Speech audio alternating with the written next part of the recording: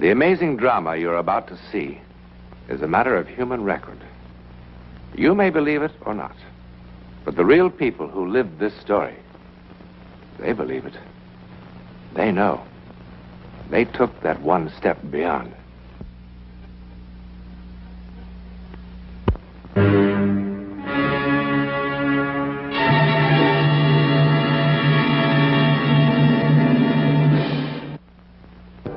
The city sleeps, unaware.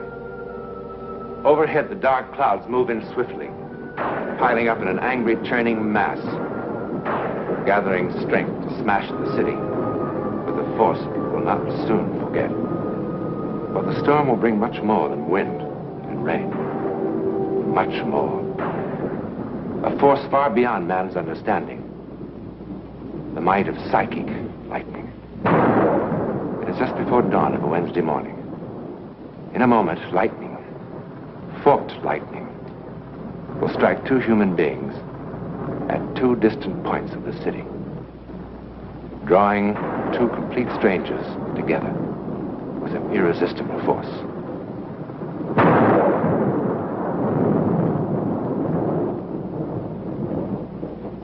One of them lived in this house. George! George! George, wake up, wake up! Oh, George, it was terrible. What? I saw you dead.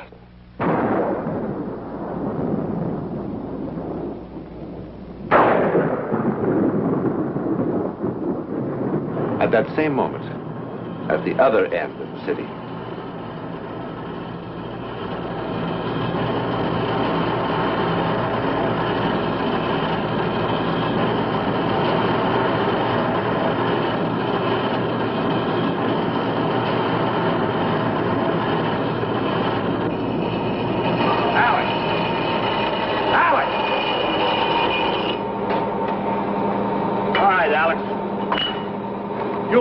Come on.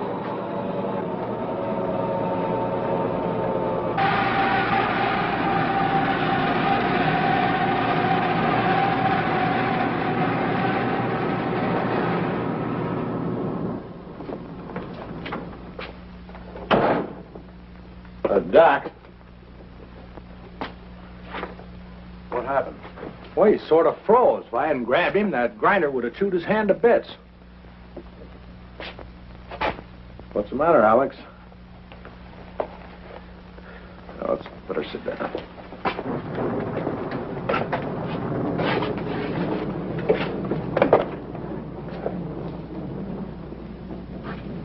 Well, let's see what's wrong with you.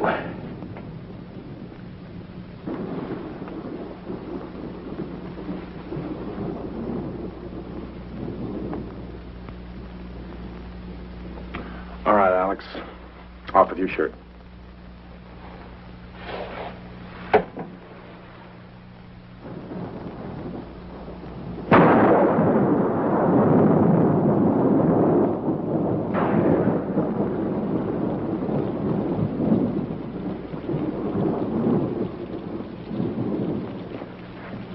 Ellen?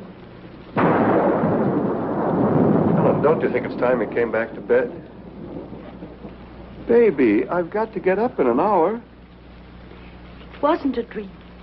It wasn't. Sure, I know. It was a premonition. Your grandmother's gypsy blood talking to you. I saw you. I saw you lying there on the floor of the bank. I did. I did. It was as real as anything that ever happened to me. Ellen, baby, darling, we've got to get some sleep. You don't believe me? Sure I do. But you're acting like a child. Everybody has bad dreams. It wasn't a dream. It was different.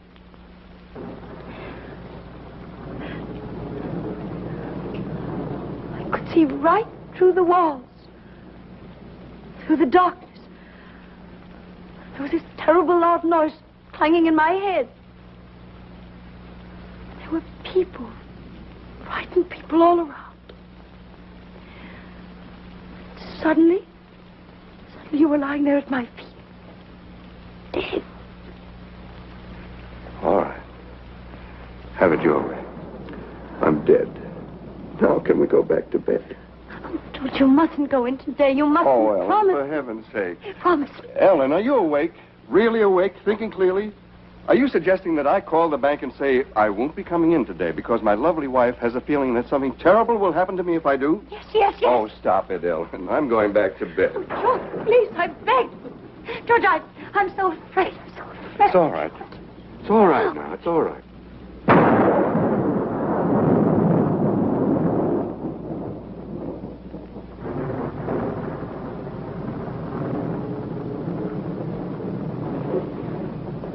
All right, Alex, you can put your shirt on now.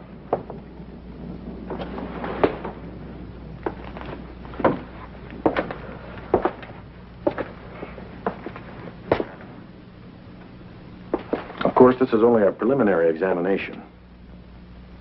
But as far as I can tell, it appears that you suffered from a slight stroke. It's not necessarily serious in itself, but it is a pretty good indication of a deteriorating circulatory system. Alex?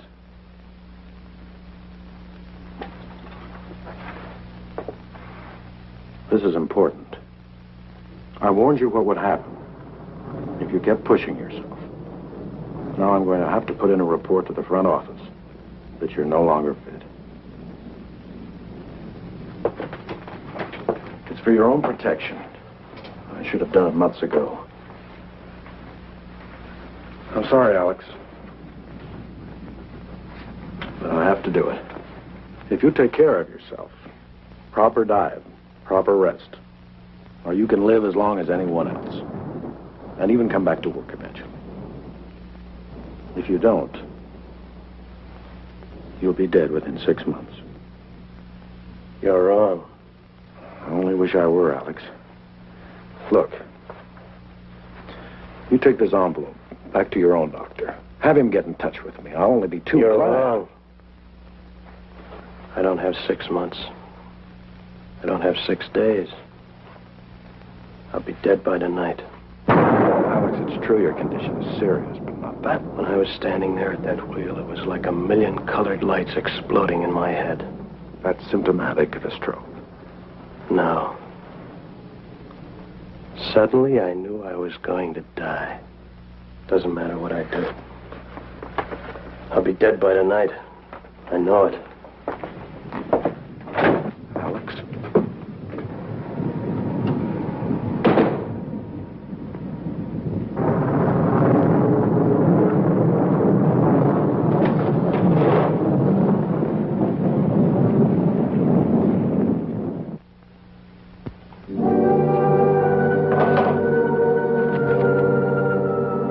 Remember this? The medical history of Alex Peters. This morning, the patient suffered his second cerebral arterial spasm with a left-sided paresis. In other words, a stroke. But was it really a stroke? Or was it a physical reaction to the sudden, unshakable knowledge that he was going to die today?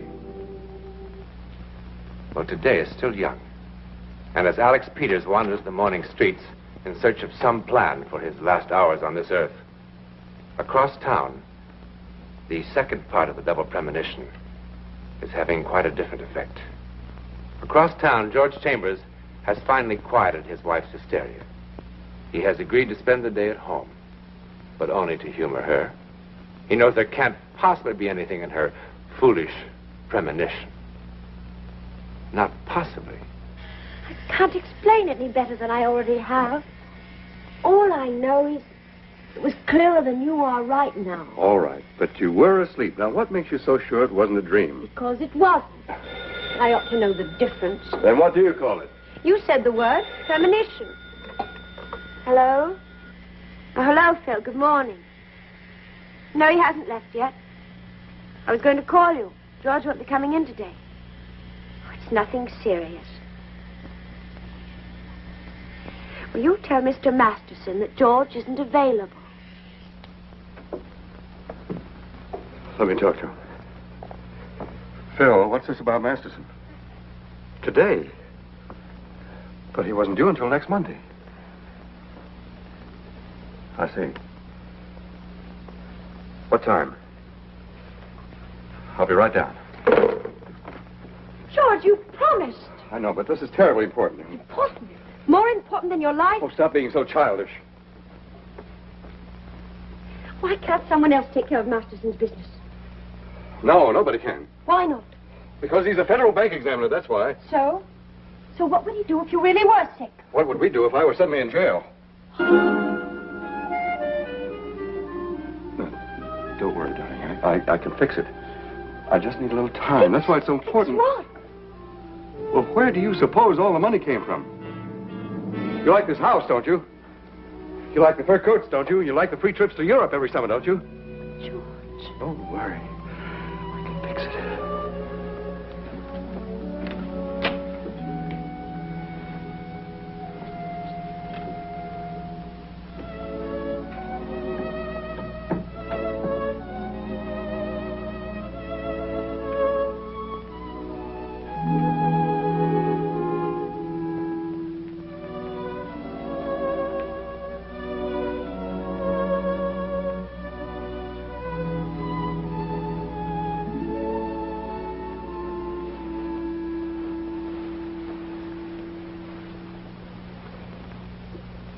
Hi.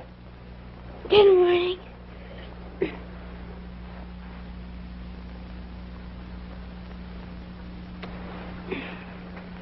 Don't you think you've had enough sleep for one night, young lady? Why? What time is it? 9:30? Why didn't you wake me? Well, I just got home. How come? I had some things to do. Where'd you have breakfast? I didn't. Why should I when I've got such a good cook at home? Hey, school. What am I going to do about school? Would you really mind very much missing one day? Well, not really. Come on, then. I'd love some coffee.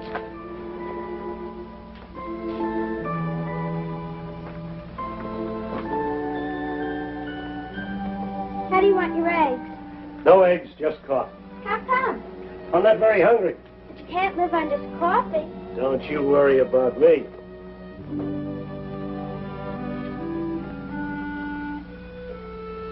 It doesn't really matter too much about school anyhow. Mrs. Burris is still homesick, and we've got the substitute, who only gives us review. I won't miss anything important. That's good.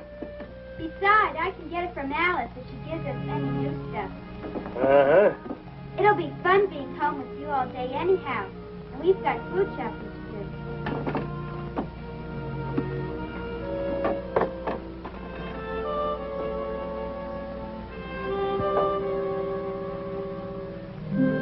It'll take me 2 minutes.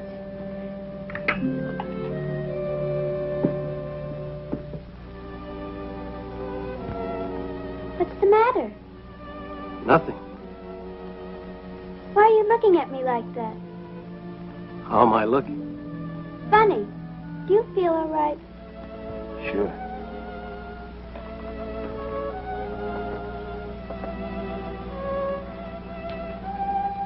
You know something? I like you. Me too.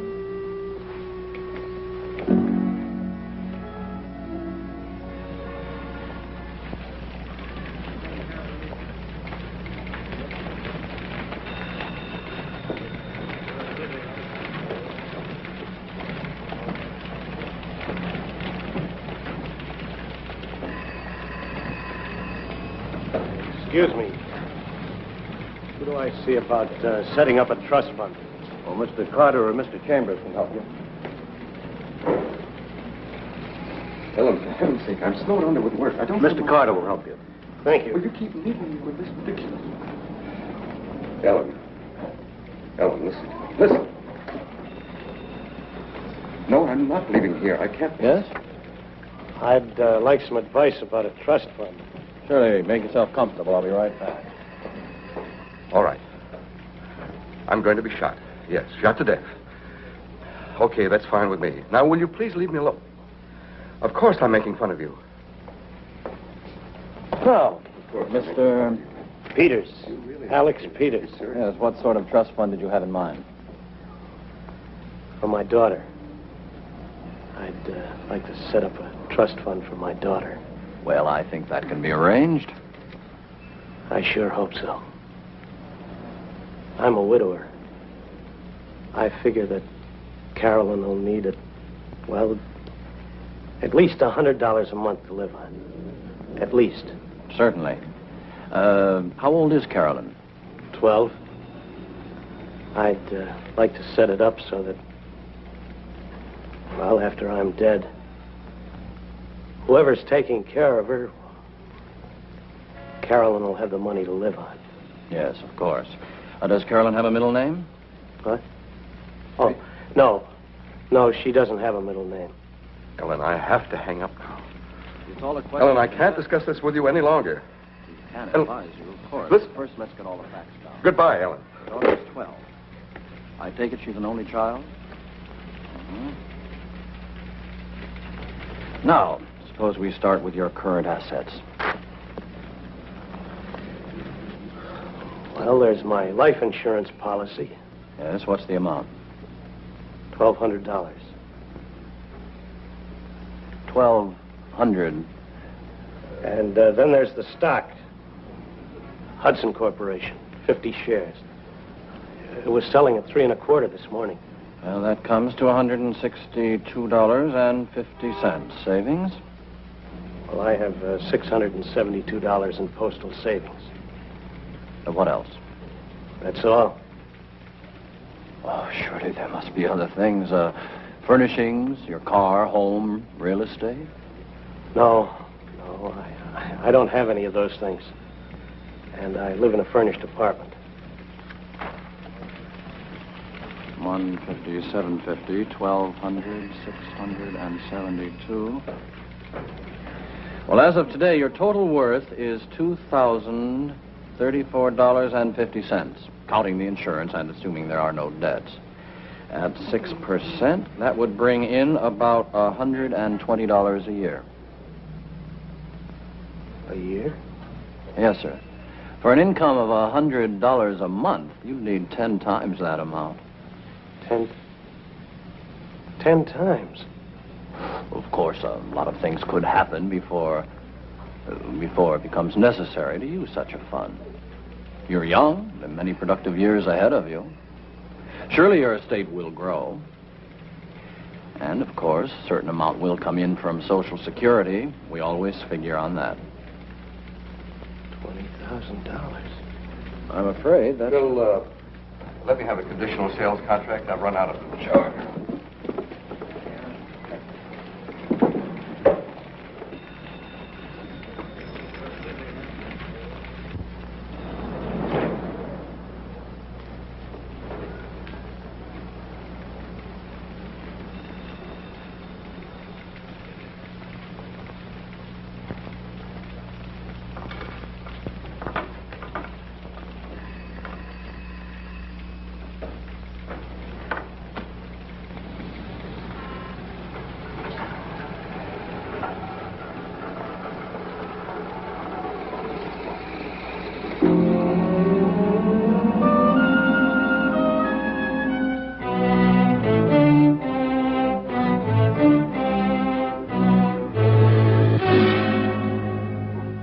$20,000? Oh, well, sure thing, Alex. No sooner said than done. Man can't have too much insurance. Sir, Al, let me see here. The beneficiary would be... oh, yes, Carolyn Peters. You got a real sweet kid there, Alex, and the things the way they are with her, well, man can't be too cautious. Yes, sir, it gives a man real peace of mind to know his loved ones are adequately provided for. Not that anybody ever expects to die, of course, but we never know when the Grim Reaper is sharpening up his axe for us, do we? Well, now, let me see. The monthly premium for a man your age would be, $67.50. That's kind of steep for you, Alex. We can cut it in half for you if you like. We can always do that. You're an old friend. I don't forget old friends, Alex. I'm not that kind of a guy. You know that. Yes, sir. Well, I guess you know what you can afford, huh? The policy will go into effect the minute I hear from... hello, Hazel. This is Wilson Tuttle. How's my girl? Uh-huh. I got another customer for you. I want you to take extra good care of him. He's an old friend. How about tomorrow morning, first thing? No use letting any grass grow under our feet, huh? We're trying to set up an early appointment with the doctor for you. What for? Well, it's just a formality, of course, but when a man jumps from 1,200 to 20,000, why, we don't make the policy binding on either party until the physical examination is complete. Not that you will have any trouble, but well, we all have to protect ourselves in the clinches, huh? Now, if the doctor has an open appointment... hello, Hazel. Oh, swell. 9:30 bright and early, that's fine. Fine. Alex? Are you sleeping? Are you sleeping? Brother John, morning bells are ringing, morning bells are ringing, ding, ding, dong, ding, ding, dong.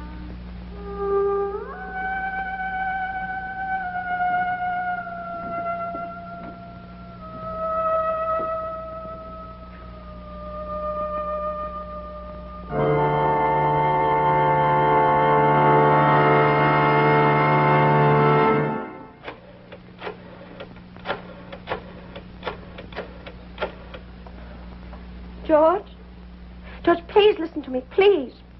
George, I tried not to call. But the feeling's suddenly stronger than ever that now, right now, the terrible thing that's going to happen has started. George, unless you...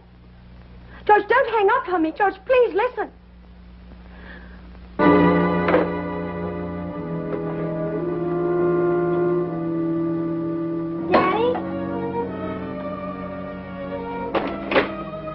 Daddy?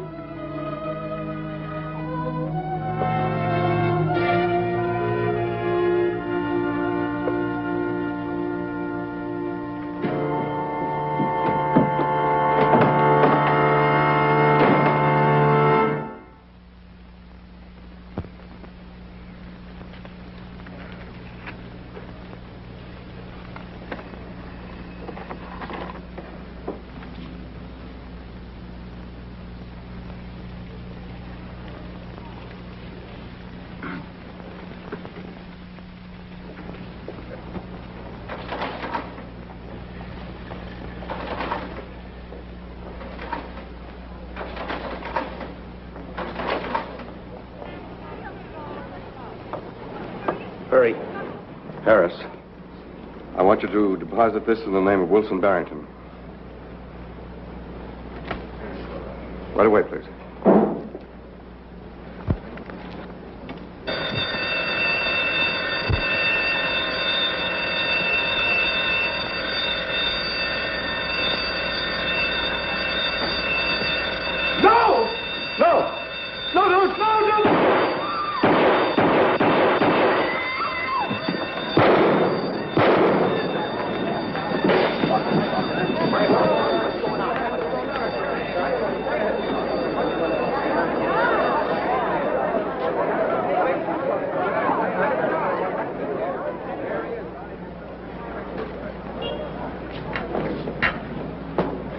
Yes, it happened. Just as you saw it. It happened. But why? Well, fate? Destiny? What other words are there? Certainly it was destiny for George Chambers and Alex Peters to cancel out each other's lives.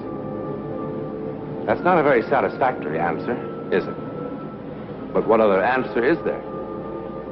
I mean, that we know about.